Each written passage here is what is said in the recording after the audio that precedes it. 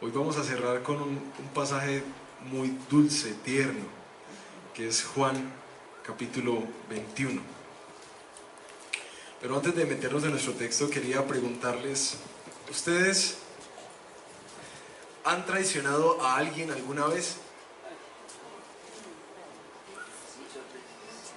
Okay. ¿Cómo se siente uno cuando uno es el que traicionó a alguien? Eso es horrible, ¿no? ¿Y qué pasa cuando uno ve a la persona? Son los sentimientos que uno tiene? Vergüenza. No quiere como esquivárselo, ¿cierto? Pasa con la cabeza agachada. Trágame tierra. Sí, o sea, no. Lo otro es, ¿alguna vez has sido traicionado por alguien? Esa respuesta normalmente uno la da como con dolor, ¿no? ¿Cómo se siente? ¿Cuáles son las emociones que uno experimenta? Rabia, desilusión, dolor, tristeza, ganas de sí. Uno queda desilusionado de todo el mundo, uno se siente desengañado. Nuestra historia de hoy es una historia de traición. Eso suena como a telenovela, ¿no? Historia de traición, pero afortunadamente para Pedro y para nosotros, una historia de restitución. La restitución básicamente es volver a una persona o a una cosa al estado que tenía antes, ¿cierto? Eso es lo que va a hacer en nuestro texto Jesús con Pedro, restituirlo después de esa famosa negación. Y lo precioso de este pasaje es que en la negación de Pedro, en la traición de Pedro, de alguna manera se ve reflejada nuestra traición constante al Señor. Y como se ve reflejada nuestra traición constante, afortunadamente para nosotros, también se ve reflejada cómo es que el Señor restituye a un traidor. Y eso es lo que vamos a estudiar hoy. Abran por favor sus Biblias en Mateo. Mateo, capítulo 26. Porque quizás por algunos no estén tan familiarizados con la historia de qué pasó con Pedro, porque es que tiene que ser restituido. Mateo 26, en los versículos 31 al 25. Esto nos va a meter un poquitico en la historia, es decir, para que conozcamos pues cómo fue toda la novela. Resulta que en la última cena, el Señor les anuncia pues que va a morir, y arranca nuestro verso 31. Esa misma noche les dijo Jesús: todos ustedes me abandonarán, porque está escrito: heriré al pastor y se dispersarán las ovejas del rebaño. Pero después de que yo resucite, iré delante de ustedes a Galilea. Aunque todos te abandonen, declaró Pedro, yo jamás lo haré. Te aseguro, le contestó Jesús, que esta misma noche, antes de que cante el gallo, me negarás 3 veces. Aunque tenga que morir contigo, insistió Pedro, jamás te negaré. Y los demás discípulos dijeron lo mismo. Ya la historia la conocen. ¿Qué pasó con Pedro? Inmediatamente, ante cualquier cosa, cualquier temor, porque se sentía amenazado, porque la gente lo iba a coger, negó a Jesús. Después de esa historia, crucifican al Señor Jesucristo, Jesús resucita, se aparece a sus discípulos como lo vimos la semana pasada, y luego hace una tercera aparición en el Evangelio de Juan, en el capítulo 21. Entonces ahora sí, volteen y vayan para Juan, capítulo 21.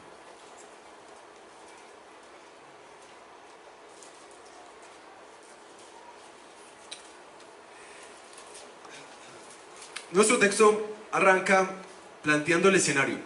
¿En dónde estaban? ¿Qué estaba pasando ahí?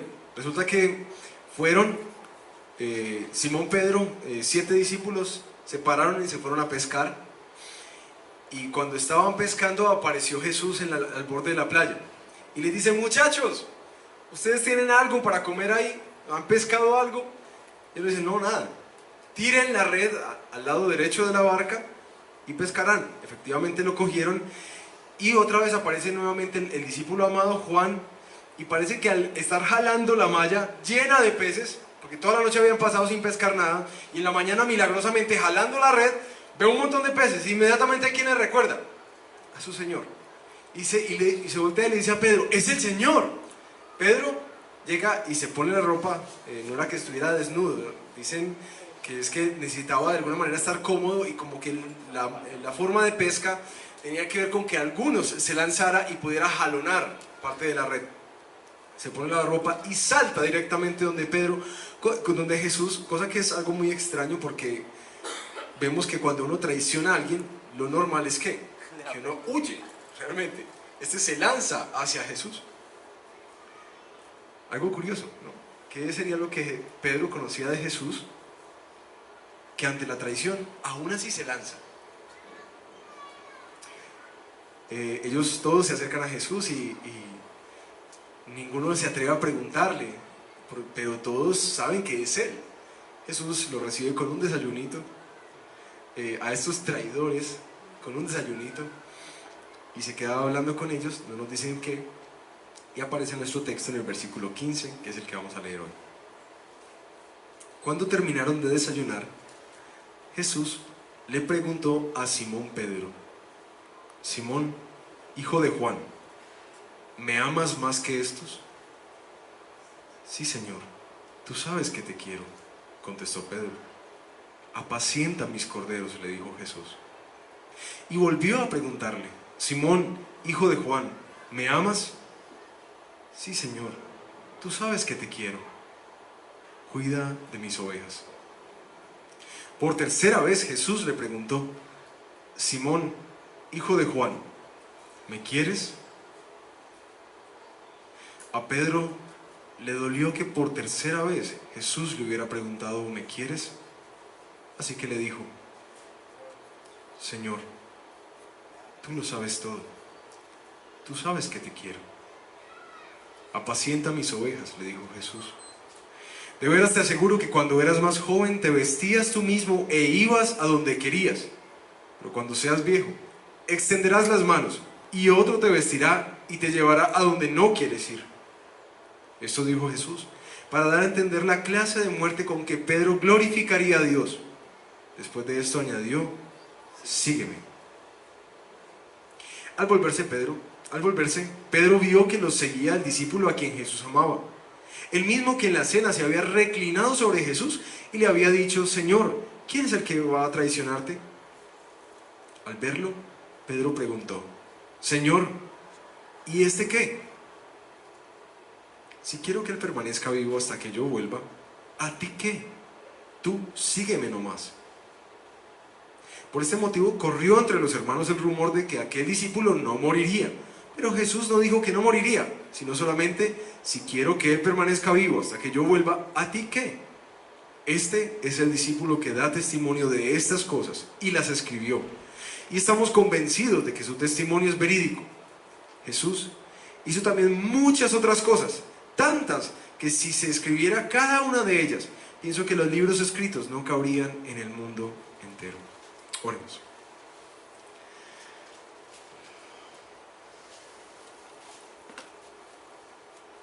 Si hay algo que nos identifica en la vida de la fe, Señor,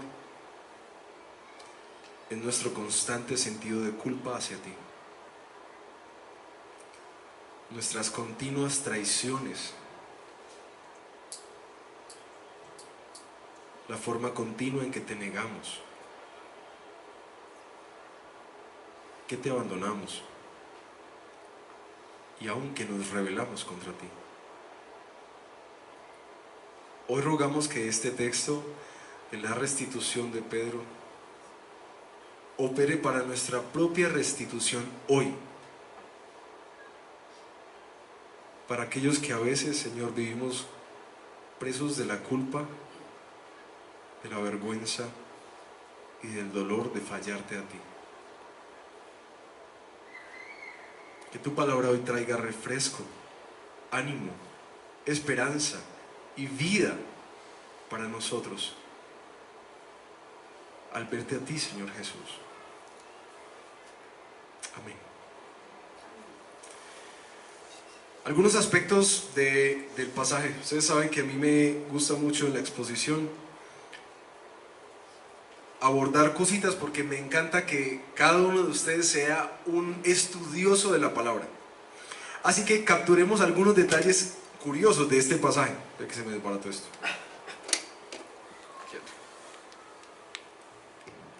Si ustedes van al capítulo 20, en el versículo 31, se darán cuenta que parecía que ya se había cerrado el libro. ¿Sí se dan cuenta ahí? ¿Cómo termina? Versículo 31. ¿Alguien que lo lea en voz alta? Gracias, John. Estas cosas se han escrito para que ustedes crean que Jesús es el Cristo, el Hijo de Dios, y para que al creer en su nombre tengan vida. Exacto. Pareciera como que ya hubiera cerrado el libro y de repente aparece otro capítulo entero narrando otra historia. Muchos han criticado como que esto no es parte de ese libro, pero no hay evidencia en los manuscritos más antiguos de que en algún momento el Evangelio haya circulado sin ese libro, sin ese último capítulo de Juan. Así que se ha aseverado que básicamente es parte de todo el lenguaje que se utiliza, aunque mete nuevas palabras por el escenario de la pesca, da cuenta de que es el mismo escritor. Entonces, más como para aclarar algunas cositas. Dice nuestro texto que ellos estaban en el mar de, versículo 1, Tiberíades, exacto. Que si vamos más atrás nos vamos a dar cuenta que es el mismo mar de Galilea. Parece que se habían ido hacia Galilea. Algunos dicen que al ir a pescar, lo que pasó es que ellos abandonaron su llamado y se fueron nuevamente a donde habían salido. Sin embargo, hay una controversia en esto, porque no hay como suficiente evidencia para mostrar de alguna manera que ellos evidentemente habían abandonado la causa del Señor Jesús, la que le había dado. El texto simplemente dice que se volvieron, que iban a pescar. De hecho aparece Pedro diciendo, me voy a pescar, y arrancaron los otros tras él y fueron a pescar. Entonces digamos que no podemos imponerle más cosas a nuestro texto. Hay una nota editorial en el versículo 24 y 25, vayan abajo. Dice: este es el discípulo que da testimonio de estas cosas. ¿Quién? Juan. Y las escribió. Y estamos convencidos. ¿Quiénes?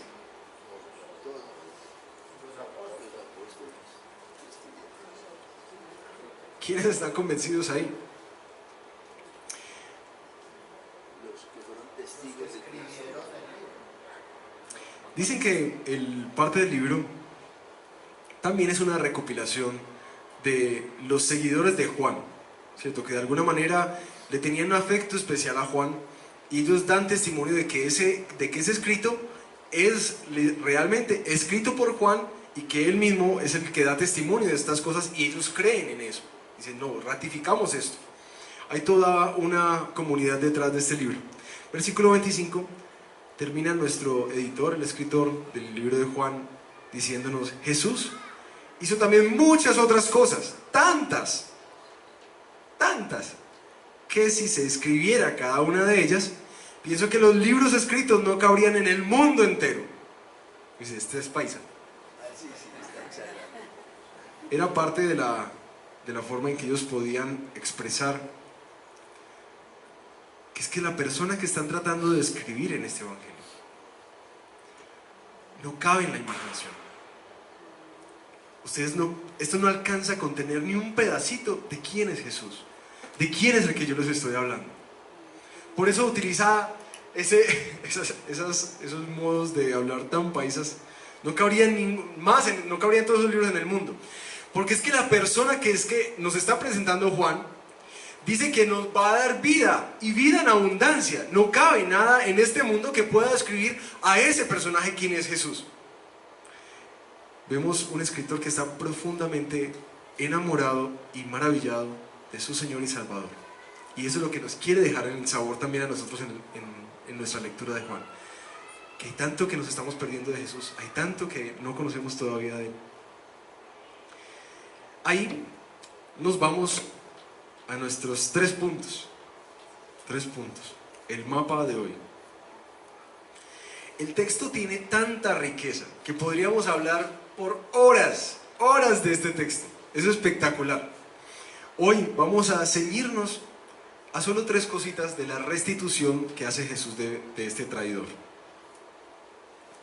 La restitución de Jesús a quien lo ha traicionado redefine las expectativas de su fe, reenfoca las implicaciones del amor al Señor y redefine el costo de nuestro llamado. Se lo repito para que nos vamos en orden. La restitución de Jesús redefine las expectativas de nuestra fe, reenfoca las implicaciones de nuestro amor al Señor y redefine el costo de nuestro llamado. Vámonos pues. Redefine las expectativas.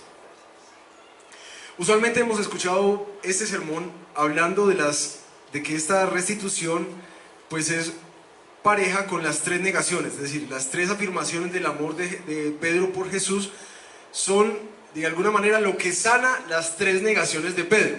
Eso lo hemos escuchado varias veces. Su negación fue una negación que, aunque en la narración en cada evangelio aparece en privado, ¿cierto? Que no, que Pedro estaba ahí y lo vio la señora, los que estaban alrededor del fuego, o lo vio un centurión, siempre fue como en privado. Esta historia aparece en los 4 evangelios, es decir, esta embarrada de Pedro no pasó por alto. Todo el mundo sabía eso, todo el mundo, como que fue algo público. Es interesante que la restitución de Jesús también es al frente de otros discípulos, una restitución pública. Aparece en nuestro texto afirmando una restitución muy formal. No le dice Pedro, sino Simón, hijo de Juan. Los comentaristas dicen que esto da formalidad a este acto como legal que va a hacer Jesús con Pedro, a restituirlo de su negación. Pero lo que llama más la atención es la pregunta, versículo 15. ¿Cuál es la pregunta de Jesús? La primera pregunta. No, la primera pregunta es ¿cuál, Martica? Más que estos. ¿Me amas más que estos? Es muy rara esa pregunta. ¿Por qué más? Yo creo que tiene que ver con lo que leíamos en Mateo 26. De alguna manera, Pedro sí juega un rol protagónico en medio de los discípulos. Si ustedes ven el libro de Hechos, él es el que toma la vocería, él es el que se le dice que es la roca. Sin embargo, nosotros como creyentes no creemos en esta como sucesión apostólica que el catolicismo ha tomado, como que sobre esta roca edificaré mi iglesia. Entonces de ahí se forma el tema papal, ¿sí? Si ustedes ven después de Hechos, aparece una comunidad de creyentes y cada carta apunta a un grupo de ancianos de la iglesia, ¿cierto? De una pluralidad de liderazgo dentro de la iglesia, no como una sola persona, como es nuestros hermanos católicos afirman, no, el Papa es el que tiene la autoridad porque es la sucesión de Pedro. ¿Sí me hago entender en esto? Después de Hechos aparece esa figura de un solo líder, desaparece y aparecen las iglesias gobernadas por ancianos.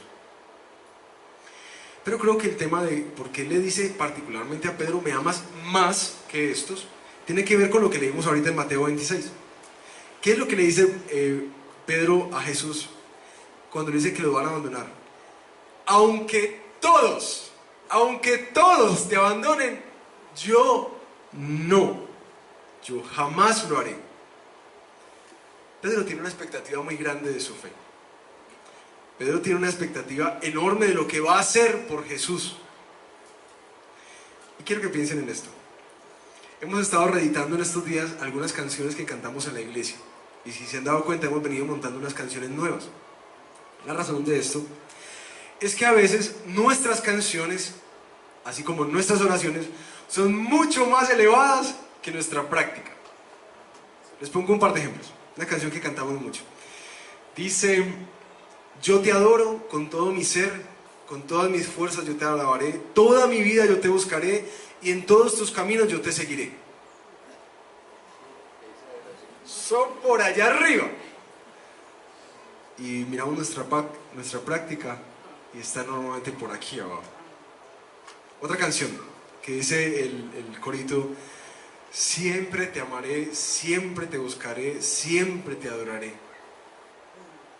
Por acá arriba. Y nuestra práctica, por acá abajo. ¿Por qué digo que, de alguna manera, esta restitución de Jesús a Pedro redefine las expectativas de la fe que tiene Pedro? Inicialmente este hombre estaba prometiendo el cielo, pero ante la primera amenaza, todo se fue. Y yo no sé si ustedes se han dado cuenta la cantidad de promesas que a veces hacemos al Señor. Señor, esta vez sí, Señor, yo me comprometo. Si tú haces esto, yo...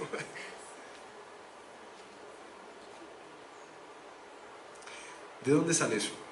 Ustedes ven en nuestro texto que apareció un juego de palabras entre amar y querer. Amar y querer. Este juego de palabras, que no aparece en la Reina Valera del 60 dice amas, amas, amas, amas, amas, amas. Tiene que ver con unas posturas teológicas al respecto. Los términos en griego de este texto son muy conocidos. ¿Cuáles son? Profesor Kevin, ¿cuáles son los dos términos de este texto? Exacto. Agapao y fileo. Dos formas de expresar amor. Los teólogos dicen, esos dos términos son intercambiables en el Nuevo Testamento, es decir, los utilizan de diferentes formas. Por lo tanto, en el diálogo de Jesús con Pedro no significa nada que el Señor le pregunte si lo ama y Pedro responda que lo quiere. Yo estoy un poco en contra de esas percepciones. ¿Por qué? Porque cuando uno escribe, lo que nos ha mostrado Juan es que intencionalmente cada palabra la escribe con un propósito, ¿cierto? Que cada cosa que nos da algo, nos da algo. Y no queremos exacerbar pues las cosas aquí. Pero mujeres, si un hombre, tú le preguntas, Brian Steven, ¿tú me amas? Y él te responde, Brigitte, yo te quiero. ¿Cierto que no es lo mismo? ¿Por qué? Oh, usted sabe que yo lo quiero. No es lo mismo. No es lo mismo. Ahora, aunque un término sea intercambiable, no necesariamente por eso quiere decir que tenga un mismo significado. Por ejemplo, para nosotros, la forma en que tú expresas el amor más grande, ¿con qué palabra lo expresas? Te amo.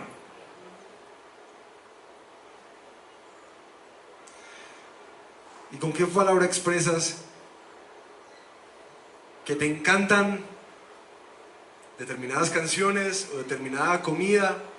A veces la gente suele usar, es que yo amo las hamburguesas, ¿cierto? Yo amo tal cosa. Es la misma palabra. ¿Tiene dos significados distintos en el contexto que se utilicen? Sí. Por eso yo creo que realmente estas palabras sí tienen un significado intercambiable en nuestro texto. Agapao y fileo. Agapao, básicamente, algunos comentaristas dicen que Jesús les está preguntando, Pedro, ¿tú sientes un profundo amor por mí? Y Pedro le responde, sí, Señor, yo te tengo mucho cariño. No es lo mismo.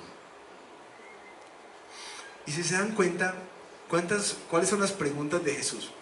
Pedro, ¿me amas más que estos? Pedro, ¿tú sientes un profundo amor por mí? Pedro, ¿tú sientes un profundo amor por mí? Pero la última, ¿qué pasa? Cambia. Como que baja la expectativa.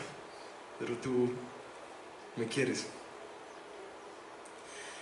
Creo que este pasaje tiene algo poderoso porque redefine de alguna manera la expectativa de este hombre.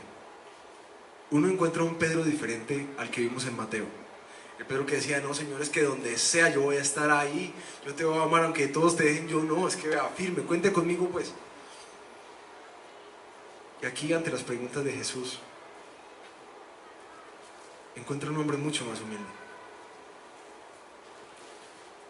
mucho más aterrizado y mucho más real en sus expectativas de su amor por el Señor. Y una cosa poderosísima que ministró mucho mi corazón en esto es que recuerden que el Señor Jesús estaba dirigiendo a un traidor, alguien que lo abandonó en el momento que más lo necesitaba. Y después de que le pregunta: Pedro, ¿tú me amas? Pedro se pone muy triste en su corazón y le responde: Señor, tú lo sabes todo y tú sabes que te quiero. Y esto es un regalo para nosotros, porque ante nuestras constantes traiciones al Señor, ante nuestras constantes faltas a las promesas que le hacemos, ante nuestras constantes negaciones en la vida de fe, Jesús no nos deja escondernos como quisiéramos hacerlo, sino que viene a nuestro encuentro. Y gracias a la cruz, que ha pagado con nuestro pecado y ha roto esa cortina que nos separaba, ahora podemos sentir vergüenza con el Señor cada vez que fallamos. Pero lo más lindo es que podemos decir, como quizás sea nuestra práctica cotidiana: Señor, tú sabes que yo no estoy aquí, pero en el fondo, Señor, tú sabes que te quiero. Y eso de alguna manera me identifica tanto a mí, mis hermanos. Saber que la expectativa que tiene el Señor de mí de alguna manera es tan real, que soy pecador y que yo solo puedo responder ante mis constantes faltas: Señor, perdóname, pero tú sabes en el fondo que yo te quiero. Es el reconocimiento de alguien que ya se dio cuenta que no puede llegar a esa expectativa de un amor profundo al Señor. ¿Por qué? Porque su pecado lo estorba, porque su incredulidad lo estorba, porque su rebelión contra el Señor constante le estorba, y que camina humilde y pianito, reconociendo: Señor, creo, más ayuda a mi incredulidad. Señor, dame fe. La restitución de Jesús parece que reencuadra las expectativas de Pedro. Pero el segundo punto, la restitución de Jesús reenfoca las implicaciones de nuestro amor por el Señor. ¿Cómo así? Piensen en una persona que los traicionó. No se enojen mucho, solo piensen en ellos. ¿Cómo confirmarías tú que esa persona sí va a ser fiel? ¿Cómo confirmarías tú que esa persona no te va a volver a fallar? ¿Cómo le darías una segunda oportunidad? ¿De qué manera? A ver, ¿alguna idea?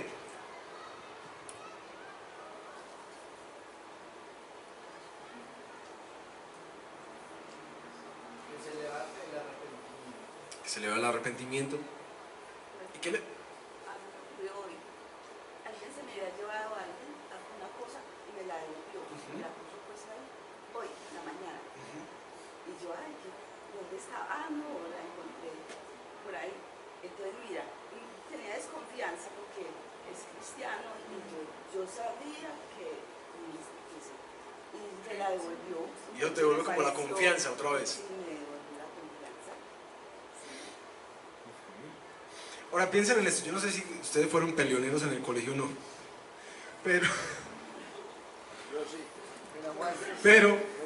yo recuerdo mucho que en el colegio uno se iba a pelear y pues uno tenía un convito, uno no se iba solo, ni que fuera bobo, ¿no? Uno se iba con un convito, y entonces no, si hay algo, si salen, ustedes dos salen, ustedes tres salen, y de pronto en algunas ocasiones pues los amigos desaparecían. Decía, no, pues la próxima, hermano, si quiero la confianza suya, pues esté ahí, ¿cierto? Ponga la cara también, para que nos casquen a los dos. Estaba pensando en esto, cómo uno reconfirma de alguna manera la fidelidad de una persona que le ha fallado cuando más lo necesitaba. Pues simplemente, hermano, pilas pues, en la próxima no vas a salir corriendo, ¿cierto? ahí conmigo, todo el tiempo, yo cuento con usted. De alguna manera la restitución y el dar nuevamente la confianza tiene que ver con lo que esa persona que te traicionó haga contigo, ¿cierto? Contigo, que esté ahí cuando tú lo vayas a necesitar en la próxima ocasión. Lo curioso de nuestro texto es que tras cada pregunta de Jesús por el amor de Pedro, y que Pedro responde sí, ¿qué es lo que le dice después? Apacienta, le da una misión. ¿Cuál es la misión? Apacienta mis ovejas. Y aparecen dos palabras. ¿Cuál es la otra? Búsquenla ahí. Corderos. Pastorea. Pastorea. Es muy curioso que después de cada confirmación del amor de Pedro, Jesús redirige entonces su confianza no a lo que Pedro va a hacer con él, sino a lo que Pedro va a hacer con quién, con su pueblo. El amor por Jesús se verá en el amor de Pedro por su pueblo, por sus ovejas. Y es curioso porque es que realmente si yo quiero quiero retornar la confianza a alguien, pues tiene que ver es conmigo. Pero Jesús dice, no es conmigo, es con mi pueblo. Es lo que le dice. Y uno piensa aquí, uno quiere amar al Señor y pensaría que entonces la restitución del amor con Él, si le hemos fallado, es decirle, Señor, yo ahora sí te voy a amar, ahora sí te voy a amar, de verdad yo me comprometo a venir cada domingo a la iglesia, yo me levanto tempranito a hacer el devocional, Señor, yo me comprometo contigo. Y está bien, porque necesitamos amar al Señor, eso es lo que nos pide la palabra, que lo amemos a Él primero y después a su pueblo. Pero es muy curioso que aquí nos mete un componente que nosotros usualmente no tenemos en cuenta. Nosotros decimos, si traicionamos al Señor, pues necesitamos es amarlo a Él, serle fiel a Él, seguirlo a Él, buscarlo a Él. Pero nuestro texto nos está diciendo que si nosotros afirmamos amar al Señor, la expresión tangible de eso, ¿cuál va a ser? Que vamos a amar y miren que no mete el prójimo, mete ¿a qué? A su pueblo, a sus ovejas, a sus corderos. ¿Y cuáles son las dos funciones que le dan? ¿Qué es lo que le pide? Pedro, apacienta, que en últimas es eso, darle pasto, cuidarlo, alimentar, y cuida mis ovejas. Lo que le está diciendo Jesús es, Pedro, si tú me amas a mí, Andrés, si tú me amas a mí, Marta, si tú me amas a mí, Carlos, si tú me amas a mí, alimenta, cuida y protege a mi pueblo. Eso es impresionante. Porque no es ese amor a veces barato que nosotros solemos sentir como emociones por el Señor. Que dices que no se trata solamente de esto. Si tú me amas profundamente, vas a cuidar a mi pueblo. ¿Saben por qué? Porque este pueblo, estas ovejas y corderos, que a veces nos comportamos como cabras, pero somos ovejas, tienen un altísimo valor para el Señor Jesús. Cada corderito, si tú volteas al lado, cada oveja que tú ves alrededor tuyo aquí, tiene un incomparable valor para el Señor Jesús. No es otra persona que asiste contigo a la iglesia. Es una persona que tiene un valor enorme, enorme, porque costó la vida de Jesús. Eso es lo que le da valor. Así sea terca y rebelde, así sea difícil de amar. Esa ovejita que tienes al lado, que es tu hermano y tu hermana, tiene un enorme valor delante del Señor Jesús, porque costó su sangre.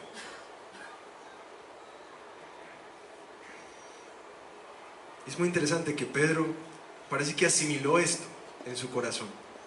Cuando en la primera carta de Pedro, en el capítulo 5, ese famosísimo versículo de esa petición de Pedro a los ancianos junto con él, ¿qué es lo que les pide? Cuiden del rebaño de Dios que está entre ustedes. Se lo voy a leer.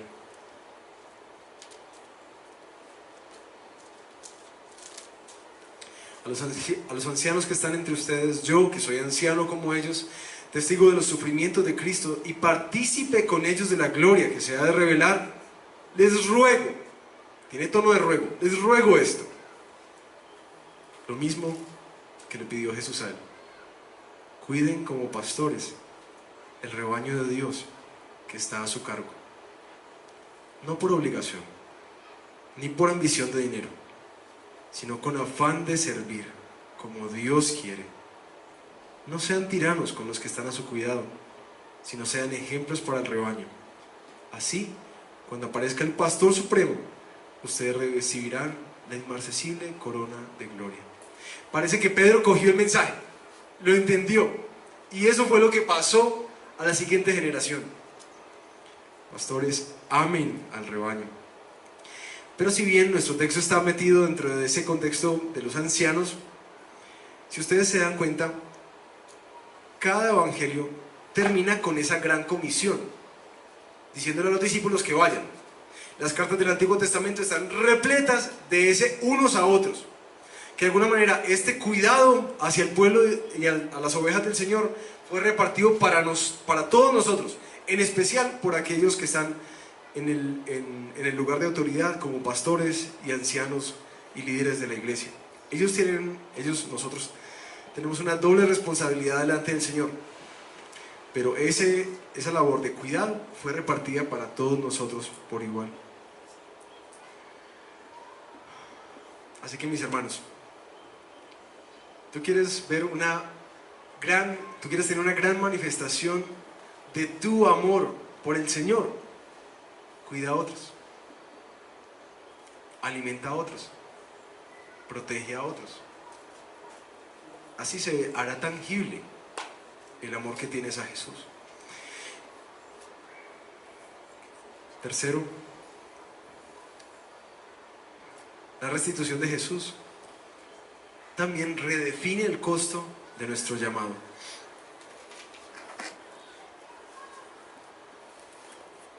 Hasta ahora todo está muy chévere. Pedro junto con los otros discípulos han caminado con Jesús todo el tiempo, haciendo milagros. De hecho, Jesús les dio poder para hacer milagros y sacar demonios, y ellos están contentos. Y Jesús les dice: no, pero no se alegren por eso, alégrate que tu nombre está escrito en el libro de la vida. Parece que toda esta experiencia de caminar 3 años con Jesús ha sido genial para ellos. Pero aquí, en el versículo 18, Jesús redefine el costo de este llamado que le está encargando a Pedro. Vayan conmigo.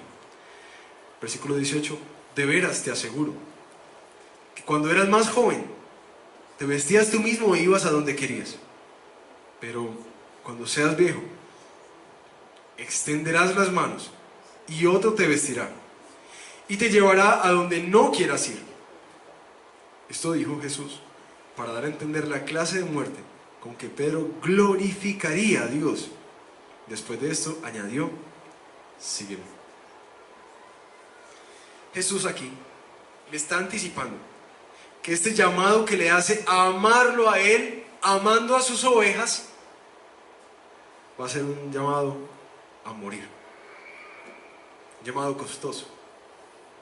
Y si ustedes ven lo que le quiebra su voluntad, cuando era joven, eso cogía para cualquier lado, te vestías solo y ibas para donde querías. Pero en este llamado a Pedro, extenderás las manos y otro te vestirá y te llevará a donde no quieres ir.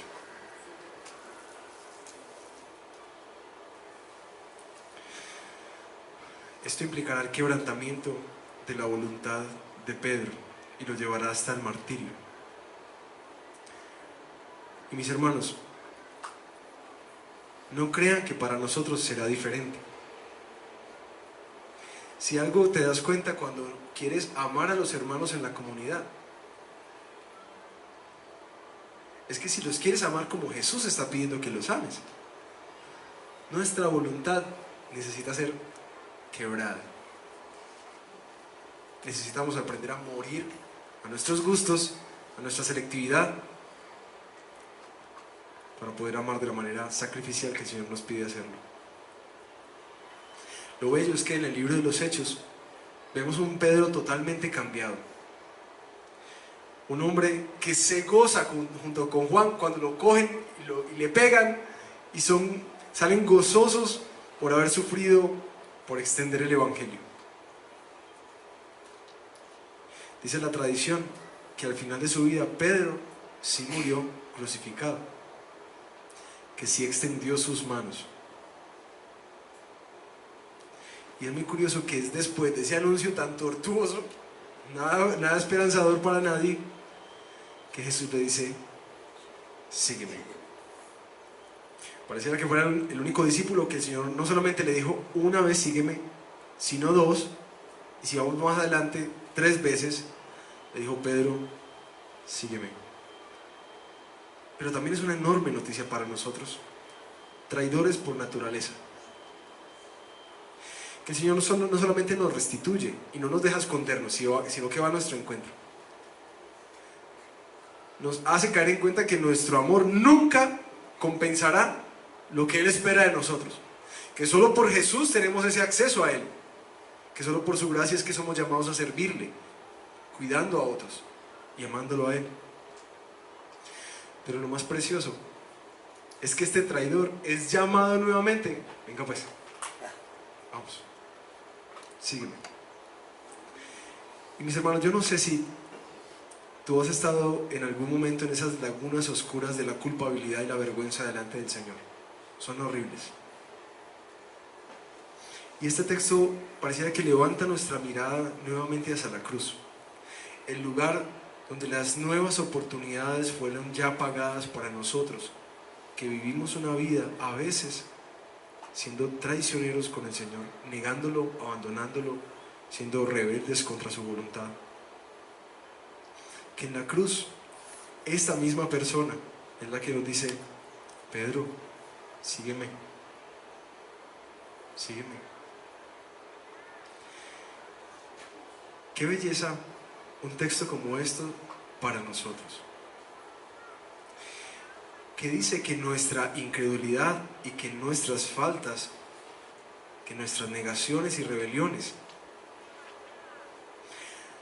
en Jesús no nos inhabilitan para seguirlo y servirle. Eso es precioso, porque en medio de la vergüenza de nuestro pecado, lo primero que nosotros tendemos a hacer es lo mismo que hizo Adán. ¿Qué fue? Dejamos la iglesia, dejamos de venir, dejamos los ministerios, nos escondemos de nuestros hermanos. Pero aquí está un modelo completamente revolucionario y diferente, que Jesús va ante el traidor, le dice: ¿sabes qué? Yo te perdono, sígueme, sígueme.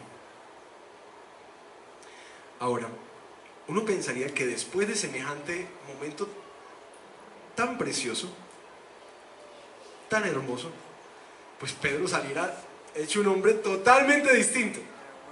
Después de eso, es que imagínese estar caminando ahí con Jesús, ser restituido por Él en su amor, ser llamado de nuevo. Eso quedó como nuevecito Pedro. Pero los versículos más abajo, Pedro empieza a seguir a Jesús y se voltea. ¿Y estaba quién? El discípulo amado, Juan. Señor, dice: Pedro, cerrá la boca. No sé si a ustedes les da la impresión, pero no le deja un mal sabor de Pedro acá. Me decía: no, pero si ya estábamos tan bien.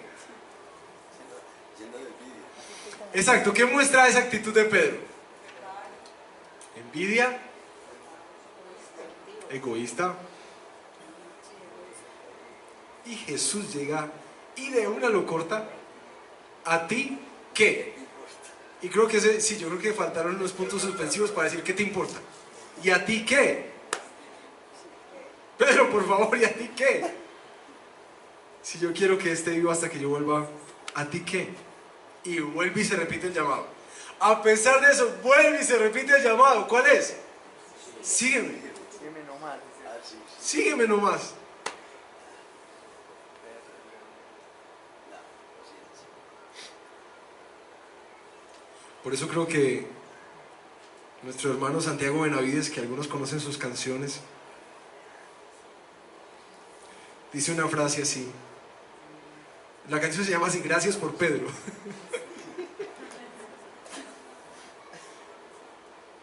Dice: cada vez que juro entregarte hasta la vida, ha cantado siempre un gallo.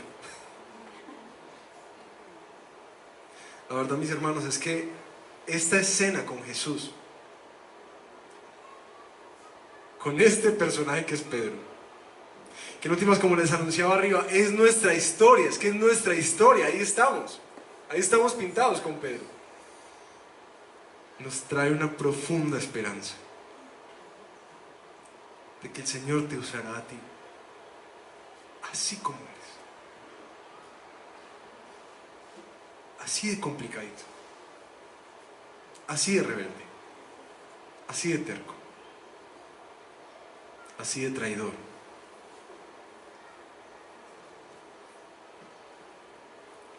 Que Él te usará a ti. Que tu pecado, gracias a que Jesús pagó en la cruz por ti, ha abierto camino para que una y otra vez vivas, como decía un autor, la vida de la fe del creyente. No es una vida donde haces una oración de fe y sigues derecho. Es una vida donde cada día haces una oración de fe, donde cada día te arrepientes y vas a tu Salvador. Cada día de tu vida te arrepientes y vas a tu Salvador. Así que si tú tienes culpa hoy, lo que este texto te está diciendo es que Jesús está aquí para restituirte, a pesar de tus continuas faltas. La decirte una vez más: sígueme, sígueme. Creo que esto tiene implicaciones profundas para cada uno de nosotros. Y mientras pasa el equipo de alabanza, que le quiero pedir una canción,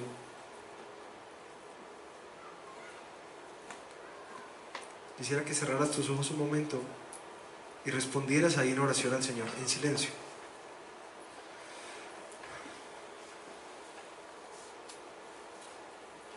¿Qué te está invitando a hacer el Señor hoy?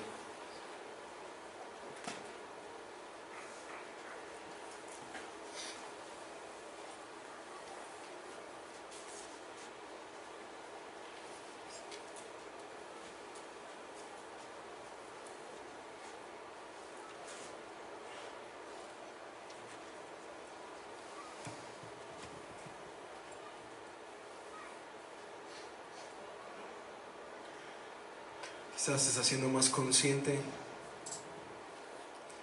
de que las expectativas que tienes de amar al Señor, tan altas, necesitan ser redefinidas.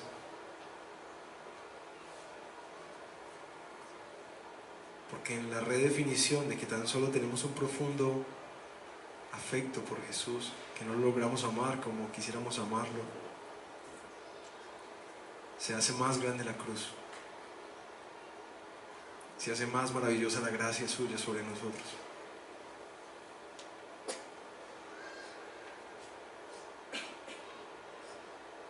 Quizás para otros hoy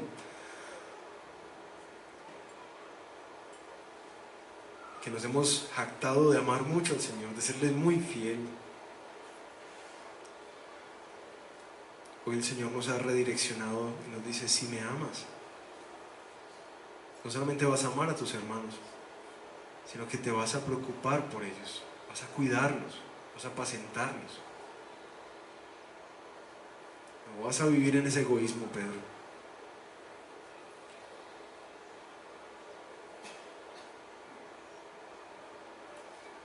Y quizás para algunos, este simplemente es un empujón más a lo que ya te has dado cuenta que debes hacer El Señor te recuerda que ese llamado será costoso, que implicará tu muerte, la muerte a tus gustos, la muerte a tu comodidad, la muerte a tu forma de pensar, para poder amarlo a Él y amar a tus hermanos.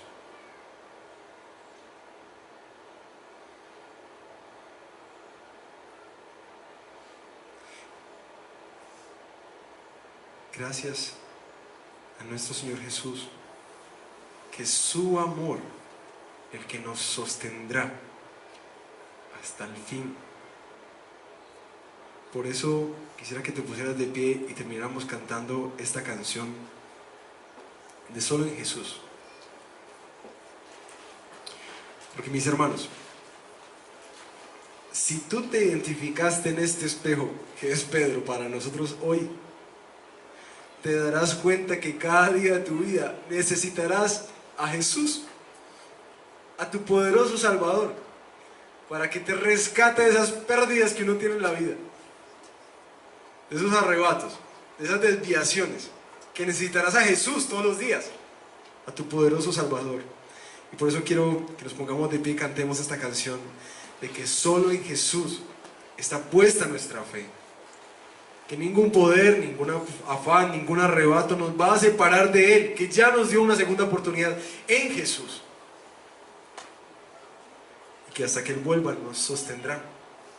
Amén.